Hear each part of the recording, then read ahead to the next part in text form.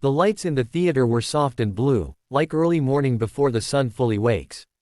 The audience settled into their seats with quiet excitement, a gentle hum moving through the room. On the stage, everything waited. The judges' table shone under calm white lights. Simon Cowell sat in the center, hands folded, his face calm but alert. Heidi Klum smiled lightly. Howie Mandel leaned forward, curious. Sofia Vergara rested her chin on her hand, relaxed and open.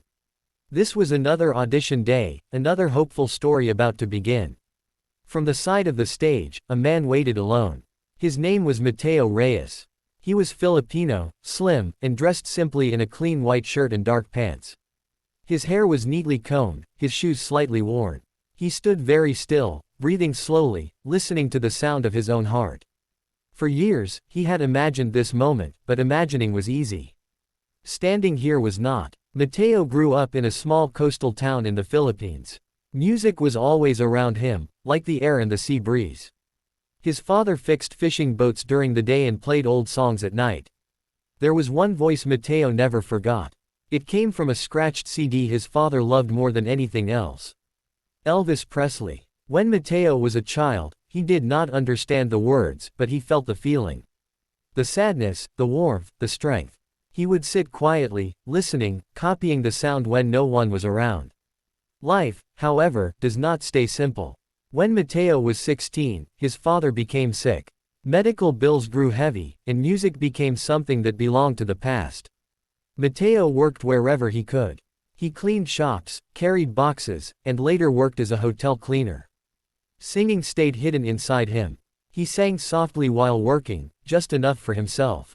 People sometimes stopped and listened, surprised, but Mateo always smiled shyly and moved on. Years passed, and the world changed. Mateo moved to the United States to find better work. The city was loud and fast. He felt small inside it. He shared a tiny apartment with other workers and sent money home every month. At night, when the city finally rested, he sang again. Elvis songs filled the room, bringing him comfort. Still, Mateo believed dreams were for other people. He was practical. He was careful. He was afraid. The idea to audition came quietly. A coworker heard him singing during a late shift and froze in place. She laughed, then stared at him like she had seen a ghost. "You sound exactly like Elvis," she said. Mateo shook his head, embarrassed. But the thought stayed. For weeks, it followed him. One night, after a long day, he looked at himself in the mirror and barely recognized the tired man staring back. Something inside him whispered that maybe it was time. Now, standing behind the stage, that whisper felt louder than ever. A producer smiled and nodded. It was his turn. Mateo walked out slowly. The stage lights warmed his face. The audience clapped politely. He stood at the center, hands at his sides. For a moment, he just breathed. Simon Cowell looked up. "Hello," he said simply.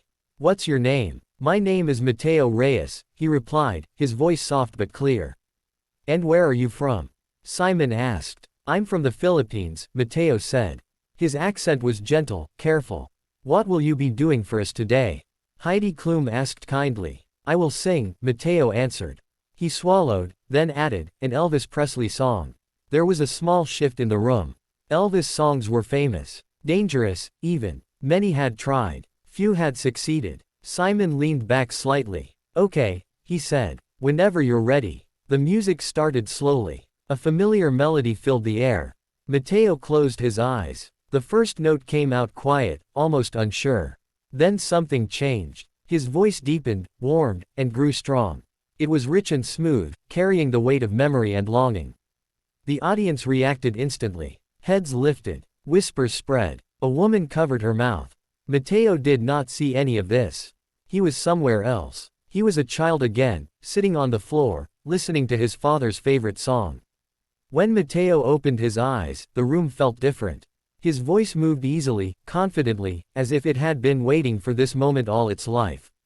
Every word landed gently, yet firmly. It was not an imitation. It was a connection. Simon Cowell's posture changed. His eyebrows lifted. He leaned forward, his eyes focused, sharp and surprised. Heidi's smile faded into something deeper. Howie's mouth slowly opened. Sophia's eyes shone. The song built slowly, then softened again. Mateo let the silence breathe between lines. He trusted the pauses. He trusted himself. His hands moved slightly, not planned, just natural. The voice carried warmth and pain, hope and memory. As the final note faded, there was a second of silence. Then the room exploded. The audience stood, clapping and cheering. Mateo froze, overwhelmed. He bowed his head, feeling tears rise. Simon stood up. That, Simon said when the noise finally settled, was unexpected. The audience laughed softly. I've heard a lot of Elvis songs, Simon continued. A lot. And most of the time, it doesn't work. But what you did was not copying. It felt honest. Where did that come from? Mateo took a breath. From my father, he said. From hard times. From love. Heidi nodded. I closed my eyes, and I could feel it, she said. It was very emotional. Howie smiled warmly. You didn't just sound like Elvis, he said. You made us feel something. That's the hardest part. Sophia leaned forward. You were calm, strong, and beautiful, she added. I loved it. Mateo's hands shook slightly as he listened. He had expected rejection. He had prepared himself for disappointment. This felt unreal. Simon looked at him closely. Mateo, he said, you walked out here quietly. You almost disappeared when you started talking. But when you sang, you became someone else. That voice has been waiting. Don't hide it again. Tears finally fell. Mateo nodded, unable to speak.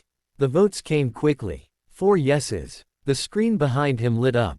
He was going through. As Mateo walked off the stage, the noise faded into a soft blur. Backstage, he leaned against the wall and closed his eyes.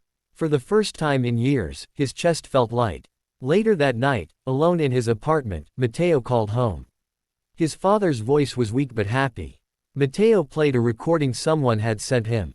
There was silence on the line, then quiet crying. You sounded free, his father said. Mateo smiled through his tears. I felt free, he replied. The journey ahead was still uncertain. There would be pressure. There would be fear. But something had changed. Mateo no longer felt invisible. He had stepped into the light, carrying his past with him, not as a weight, but as a guide. On that stage, under soft blue lights, a quiet man had opened his mouth and found his voice. And in doing so, he reminded everyone listening that sometimes, the most powerful moments come from those who wait patiently, holding onto a dream, until the world is finally ready to hear it.